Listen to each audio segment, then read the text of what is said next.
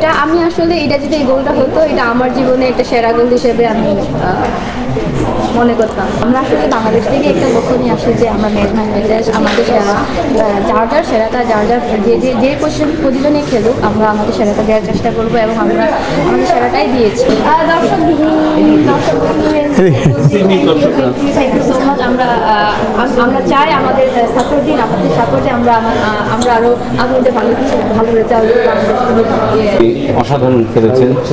এরপরে কিছুটা হয়তো বা ইনজুরি ছিল বা একটু ছিল, একটু ডাউন ছিল, বাট অসাধারণ একটা ট্রাই করছিলেন আজকে। এটা আসলে মানে অনেক অনেক ওয়ার্ল্ড ক্লাস একজন গোলকিপার বলেই হয়তো বা সেটা হয়নি, তো ওটা হয়নি, একটু নিশ্চয়ই আক্ষেপ আছে, কষ্ট আছে, এবং এটা নিয়ে বলবেন। আর এই যে চীনের সাথে বাংলাদেশ যে পারফরমেন্সটা করলো, এটা কীভাবে দেখেন এবং সামনের দুই ম্যাচের জন্য এই পারফরমেন্সটা বাংলাদেশের জন্য কীরকম ভাবে মূল্যায়ন? সব মিলিয়ে আমরা আসলে লাকি যে চায়নার টিমের সাথে আমরা খেলতে পেরেছি। তারা হচ্ছে টানা 9বারের চ্যাম্পিয়ন, ওয়ার্ল্ড কাপ খেলার মতো তাদের অভিজ্ঞতা আছে এবং আমরা খুবই লাকি এরকম একটা ভালো টিমের সাথে আমরা খেলতে পেরেছি, অনেক অভিজ্ঞতা অর্জন করেছি। সব মিলিয়ে নিজের ট্রাইটা এটা আমি আসলে এটা যদি এই গোলটা হতো, এটা আমার জীবনে একটা সেরা গোল হিসেবে আমি মনে করতাম।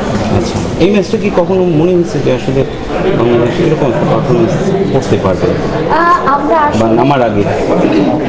আমরা আসলে বাংলাদেশ থেকে একটা লক্ষ্য নিয়ে আসি যে আমরা মেজবান মেজাজ আমাদের সেরা, যার যার সেরাটা যার যার যে পজিশনে খেলুক আমরা আমাদের সেরাটা দেওয়ার চেষ্টা করবো এবং আমরা আমাদের সেরাটাই দিয়েছি।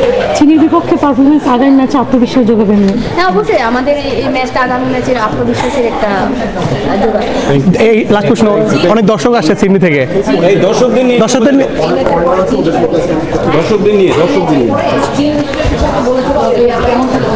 না, আমি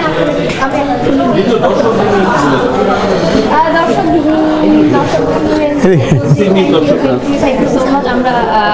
আমরা চাই আমাদের সাপোর্ট দিন, আমাদের সাপোর্টে আমরা আরো আগামীতে ভালো রেজাল্ট দিতে পারবো।